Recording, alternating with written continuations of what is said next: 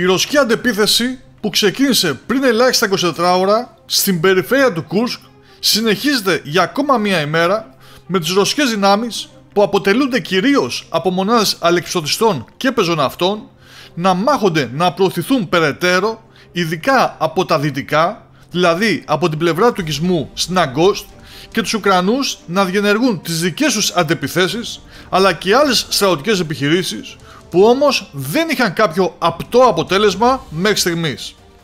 Πριν όμως συνεχίσουμε, ας δούμε πρώτα ποιοι είναι αυτοί οι 10 οικισμοί που ανακοίνωσε χθες το Ρωσικό Υπουργείο Άμυνας ότι απελευθερώθηκαν, ώστε να κατανοήσουμε καλύτερα τα εδάφη που έχουν υπό τον έλεγχό τους αυτή τη στιγμή οι δύο αντίπαλες δυνάμεις στην περιοχή. Ξεκινάμε λοιπόν με τον οικισμό Γκορτεύκα και συνεχίζουμε με τον οικισμό Βικτόροβκα, τον Νεζαπνόε που βρίσκεται ακριβώς δίπλα, τον οικισμό Μπιάχοβο, τον οικισμό Απανασόφκα, τον οικισμό Δεσιάντι Οχτουιάμπρ, τον οικισμό Βυσνεύκα, τον οικισμό Γκρασνο-Οχτομπριάσκ και φυσικά πηγαίνοντας προς τα δυτικά τον οικισμό Σναγκόστ και τον οικισμό Ομπούχοβγα.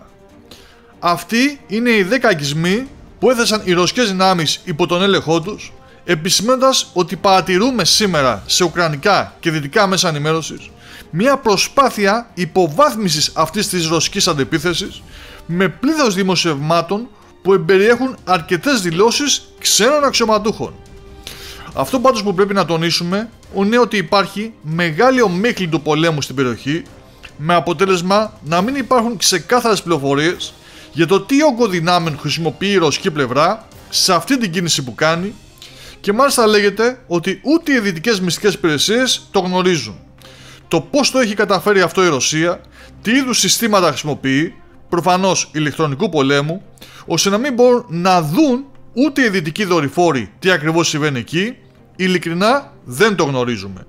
Αυτό όμως που γνωρίζουμε είναι ότι οι ρωσικά μέσα ενημέρωσης αναφέρουν ότι ο ρωσικός στρατός προχώρησε και κατέλαβε και τον οικισμό Ποροκόφσκι, ή καλύτερα να το πούμε αγρόκτημα Ποκρόφσκι, όπως το αποκαλούν και τα ρωσικά μέσα, και έχουν ήδη εισέλθει στον οικισμό Τορστιλάγκ.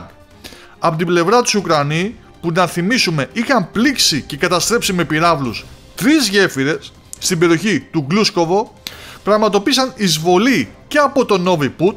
όπως επίσης και από το Μετβέζε, με προφανή σκοπό, όπως λένε τα ρωσικά μίντια, να προχωρήσουν προς το Βερεσόι. Όμως η προσπάθειά τους απέτυχε, καθώς οι ρωσικές δυνάμεις τους πήραν γρήγορα είδηση και τους χτύψαν με πυρά πυροβολικού και με πολεμικά αεροσκάφη, αναγκάζοντάς τους να υποχωρήσουν. Την είδηση μάλιστα της ουκρανικής αποτυχίας ανακοίνωσε και το Ρωσικό Υπουργείο Άμυνας. Ποιος είναι όμως ο στόχος των Ρώσων? Όπως τουλάχιστον γράφουν ρωσικά μέσα ενημέρωσης στις αναλύσεις τους, που πολύ πιθανόν να έχουν δίκιο, καθώς ακούγεται πολύ λογικό αυτό που γράφουν.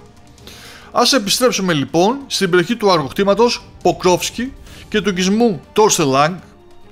Οι Ρώσοι ετοιμάζονται να χτυπήσουν τον οικισμό Λουμπίμοβκα και να κατατροπώσουν τους Ουκρανούς που βρίσκονται εκεί και προσπαθούν να κρατήσουν με νύχια και με δόντια το συγκεκριμένο χωριό. Και αυτό γιατί στόχος τους είναι ο οικισμός Ζελένης Λιάκ, που βρίσκεται πάνω στην οδική αρτηρία που φτάνει στο Κορένεβο, ώστε να αποκόψουν τις ουκρανικές δυνάμεις που βρίσκονται εκεί. Με απλά λόγια, θέλουν να εγκλωβίσουν τους Ουκρανούς που προσπαθούν εδώ και ένα μήνα να καταλάβουν το Κορένεβο και μετά να βρίσκονται κυριολεκτικά στο έλεος τους. Το αν θα τα καταφέρουν είναι πλέον θέμα 2 και μόνο οικισμών, που αν πέσουν θα μιλάμε πλέον για μια μεγάλη ρωσική επιτυχία και φυσικά μια ουκρανική πανολεθρία, καθώς όλα συγκλίνουν στην εκτίμηση ότι οι Ρώσοι θα το καταφέρουν και ίσως και αρκετά σύντομα.